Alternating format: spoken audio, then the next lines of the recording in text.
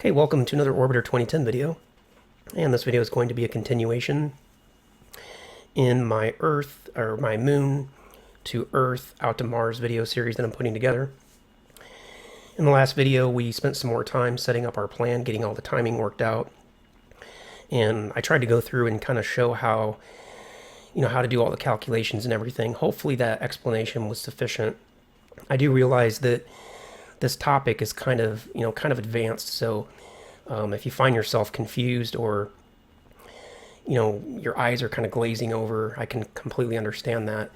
It's a little difficult for me to explain because I'm not real versed in doing this flight. I haven't done it very many times, so my explanation probably wasn't the best.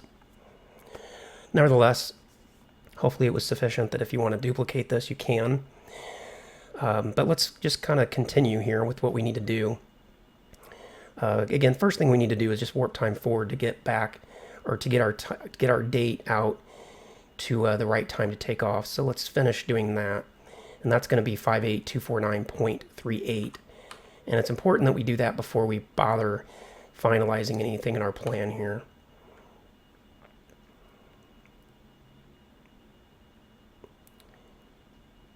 So 0.38, and again, it doesn't have to be super precise, so you could stop warping time. Again, this says 38098, and we don't need that much precision on that part of it. All right, let's go back to our plan here. And actually, what I'm going to do, I really shouldn't have started setting this up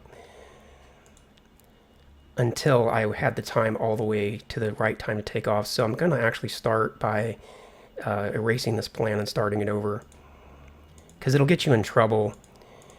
You can run into some trouble if you set the plan up too early and then warp time forward. So let's not do that. So I'm going to go to none, forward, and that effectively erases the plan. Now escape, forward, VW, and we know that about 822 works.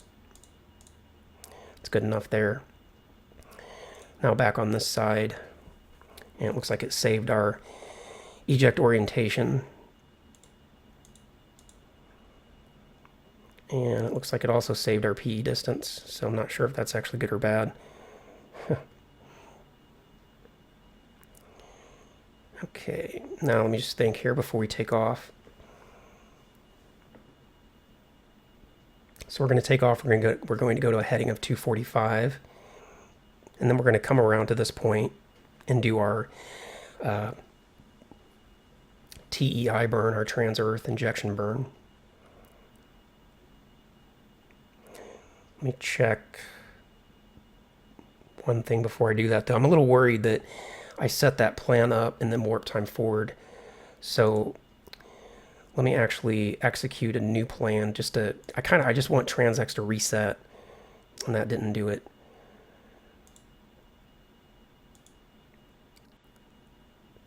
I'm just concerned that it saved the plan from, a couple of hours ago, and let's see. And since I'm not doing a maneuver, there's no way to do like an update.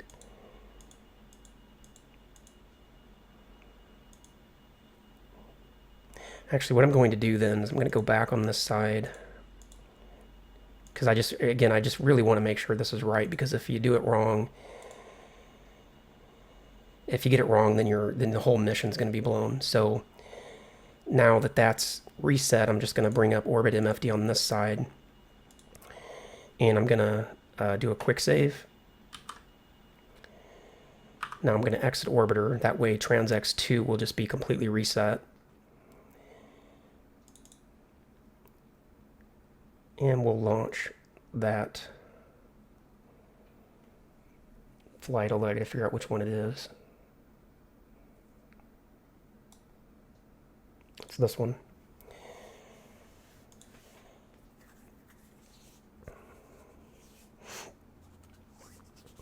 Yeah, I actually had this happen to me once before, where I set up my escape plan to go back to Earth a little bit early, like 5-6 days before I was at Antipode. Then I warp time forward. Welcome aboard, Commander. All Vanguard systems nominal. External cooling online. Blah, blah, blah. Then when I warp time forward and did the trip back to Earth, I completely missed Earth because my plan was set up when the moon was like out here, and then I warp time forward. So I just want to make sure I don't make that silly mistake again. So now Transx 2 should be completely reset. So we'll go escape, forward on this side, view to the eject plan, and we know that about 820 works, so that's a bit too much. Yeah, that's good enough. Now back on that side, okay, and it resets because it didn't save anything. So we need a different PE distance, and it's going to be 1758E3. And again, we'll go to setup and change the graph projection. But you don't have to do that, by the way. The graph projection just changes the way the graphics look. It doesn't have any impact on the execution of the plan.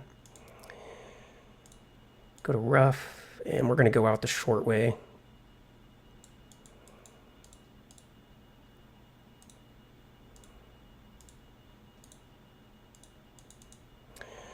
Okay, so that's what we need to do. Now, is there anything I'm forgetting? I don't think so, but if so, we will figure it out later. So APU on. Let's go radiator, hover doors, retro doors, turn off external cooling. Using onboard O2. And rotation.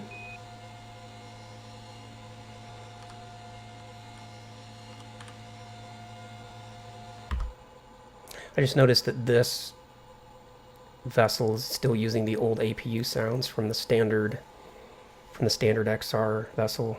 It's not using the new one that I downloaded. Okay, so 245 degrees is going to be our heading. It's going to be almost straight behind us, but it should be shorter to go to the right. Hovering up. Gear wheels up.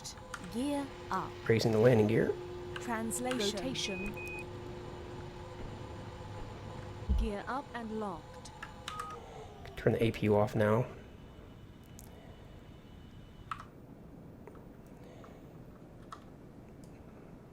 I like this skin that I downloaded. It's called Discovery. Makes the Vanguard look a lot better, I think. So heading of 245. A little past 245, but basically 245.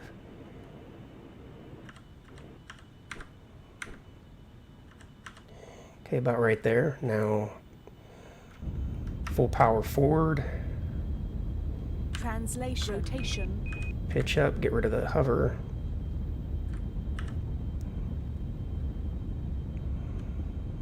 Watch our relative inclination and transx there, but let's also bring up orbit MFD.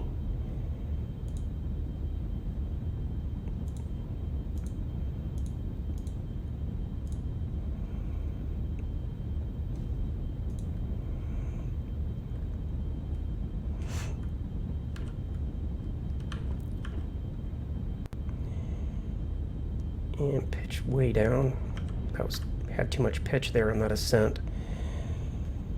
And we do an adjustment here. We can bring our line around, get a more accurate relative inclination. It's 2.26 and going down.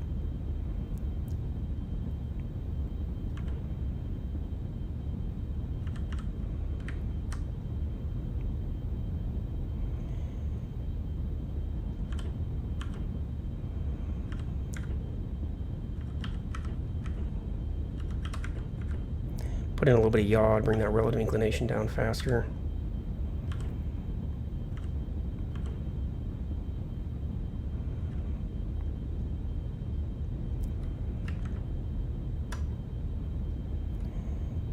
Well, unfortunately, my ascent wasn't very good. I'm already higher in apoapsis than I want to be.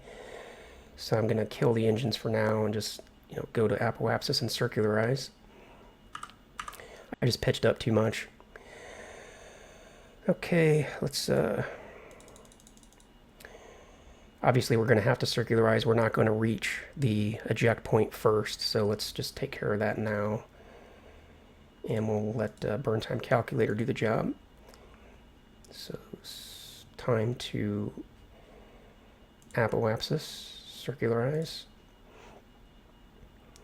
Translation. Rotation.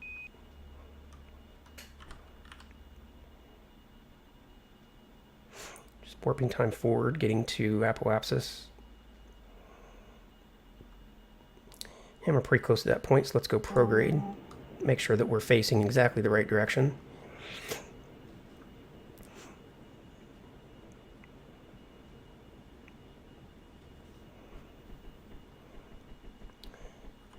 And continue warping time forward.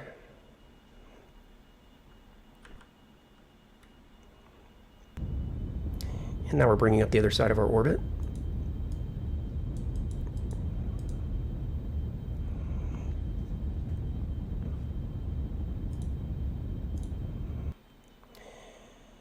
Okay, so everything's pretty good there. Let's see if we can do a bit of correction on the relative inclination with some up-down translation. Translation.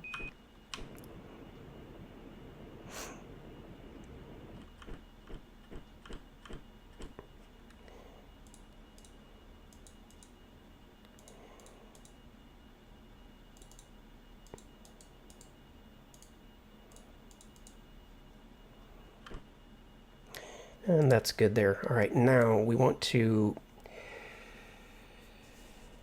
Just give me a moment to think about this.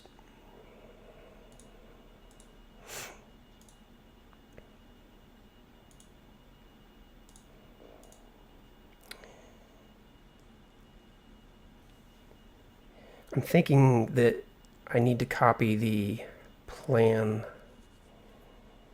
over to stage 1 here now. Pretty sure that's right. So over in stage 1 here, we'll turn on maneuver mode. And then we need to put in the prograde that we see here. That's going to be 828.8. Let me actually change the graph projection. I hate when the graphics look all sideways like that. It's weird looking to me. Okay, now in the maneuver, we need to say that we're not going to do the maneuver now, but we're going to do the maneuver, you know, here in 1,600 seconds.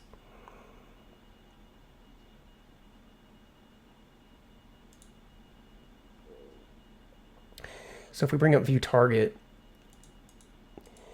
then what we can do is just bump the date forward until it matches the begin burn number. Do an adjustment.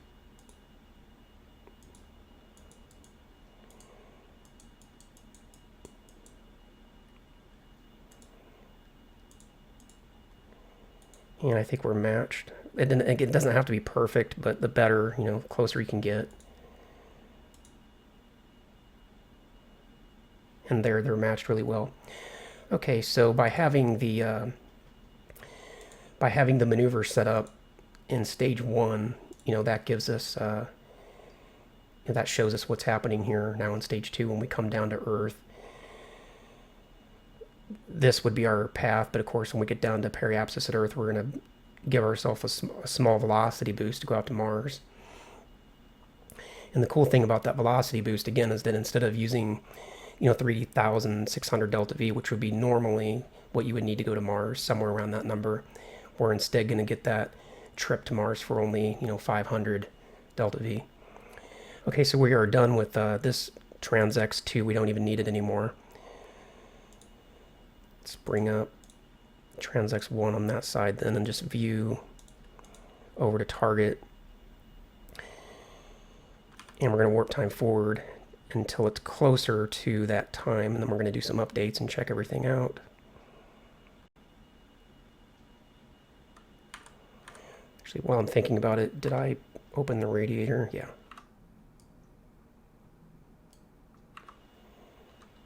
Close the hover doors, they don't need to be open anymore.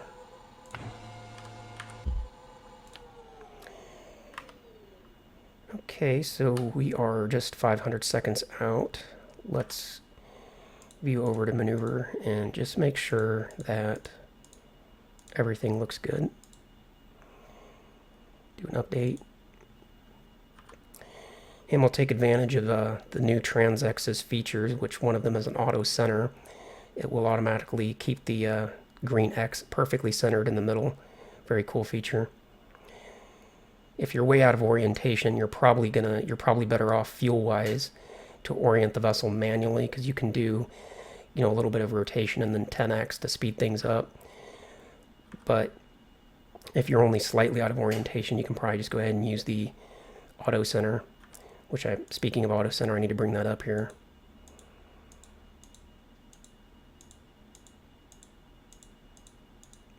A lot of variables to go through. There it is, auto center. In fact, we can just do it now. There's also another feature that was just introduced, which is the ability to inherit the burn from Transx into burn time calculator. So if we hit get, it copies the delta V from Transx and it copies, the time to begin the burn. Apparently it cuts a little bit off, but that's actually fine because I'd rather fine tune the burn on my own when we get toward the end of the burn. And then we're actually also going to use IMFD to make sure that our periapsis at Earth is accurate, because we can't rely on Transx for that at all. So, in fact, we probably don't even need to do this type of burn here, but we will, just to try out the new feature. So, warping time forward.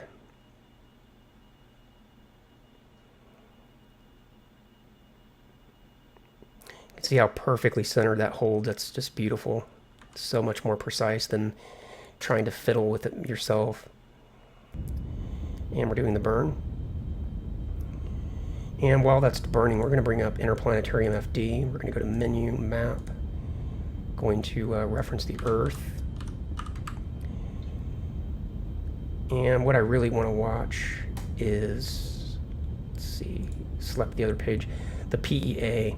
I want to make sure that the PEA is about 200 kilometers after the burn is done.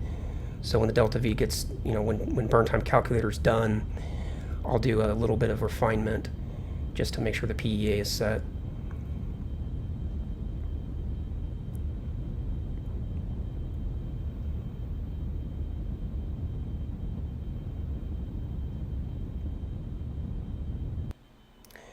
Okay, well, our burn was actually quite good. We got down to a PEA of 523. Rotation. Translation. And just a little bit more forward translation. And we're right on the money, basically. Okay, so now we can turn off maneuver mode.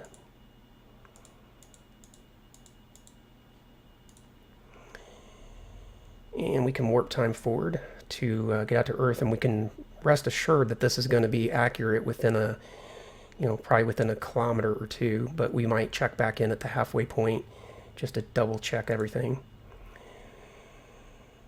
So what do I want to have open now? Probably, you think, not a line plane, no. Probably just Transx.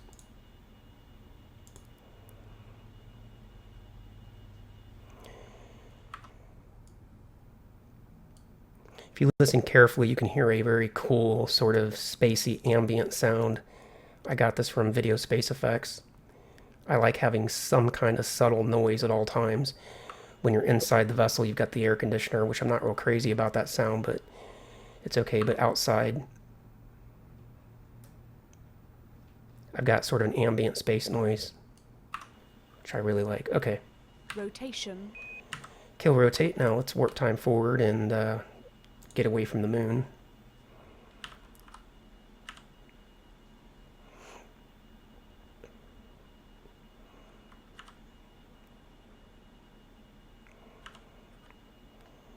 And go to 10,000. And we just want to get completely away from the moon before we worry about anything at all. We can reference Earth to know how close we are to Earth.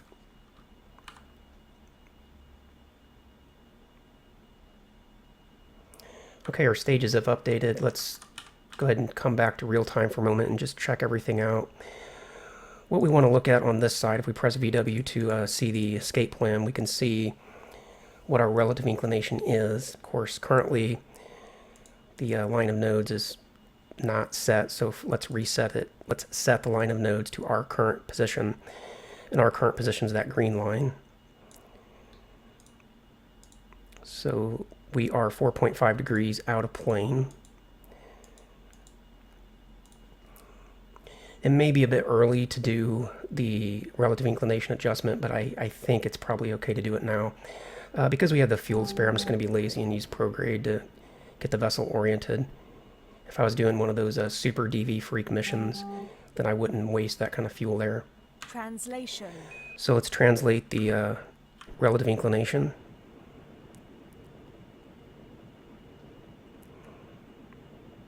Down to a low number. It doesn't have to be perfectly zero, because as we go forward, the relative inclination will continue to slip, and we'll have to make 3 or 4 of these types of corrections in order to make sure that when we get to Earth, our relative inclination is 0.00. If the moon weren't there, then we would have a more accurate relative inclination all the way to Earth. Make it down to a really low number. And it looks like it's continuing to count up, so we can actually kind of plan on overshooting in this direction a little bit, knowing that as we go forward, it will continue to correct in the other direction. All right, let's warp time forward until we are within Earth's SOI at least. Rotation.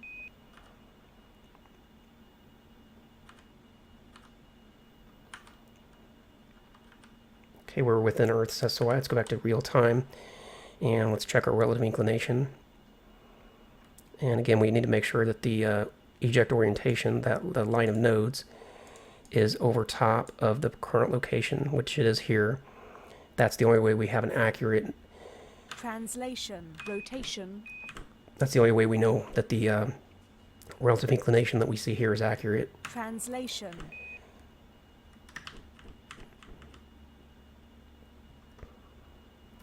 And again, if we bring this down to a really, really low number like that, we can see which direction it's counting.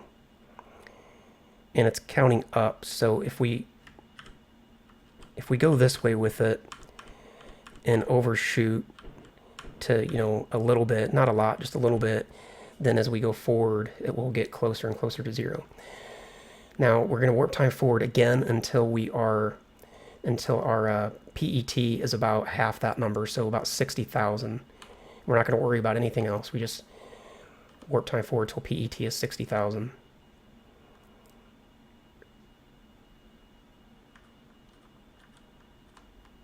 Okay, there we are. Let's check our relative inclination again. And if it starts to get to the point where it's hard to see this, what you can do is go to View Setup and change your scale to view to target. Now go back to the escape plan, and you can swing the line of nodes around.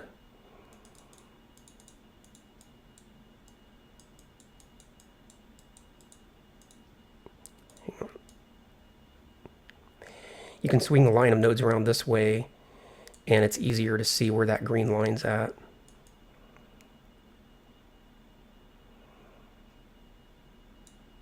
Okay, do an adjustment. I saw it overshoot there a little bit.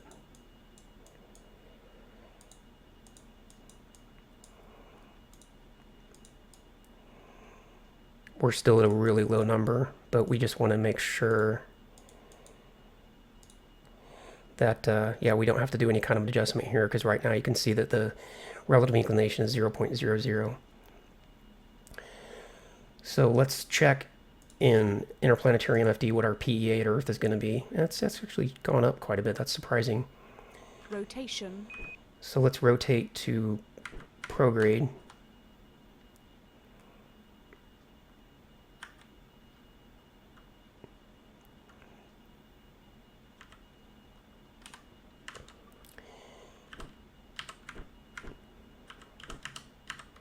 Translation. And it must have been the translation that I did that raised the PEA, because interplanetary MFD is very accurate. But anyway, we need to bring down that PEA a bit, and you can see that's having some impact on our relative inclination. We'll address that separately. But we want our PEA to be 200.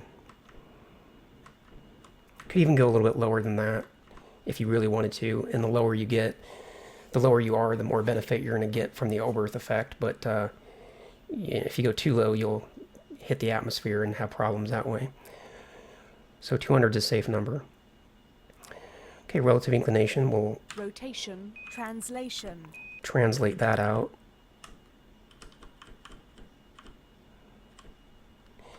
And that number is counting up, so if we go this way with it, now it's getting closer to 0.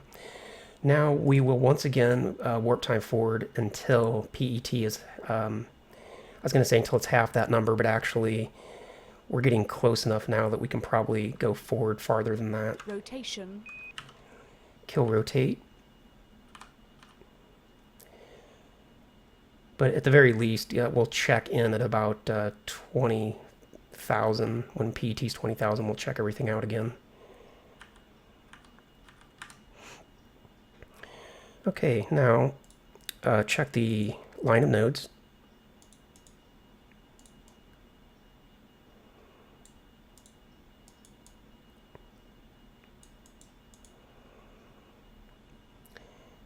translation,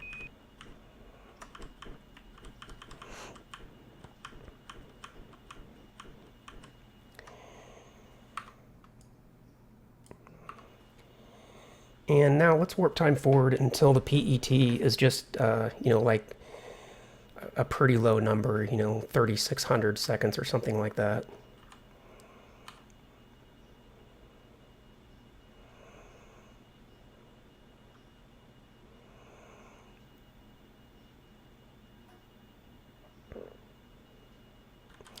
About like that. And let's check our eject orientation one more time.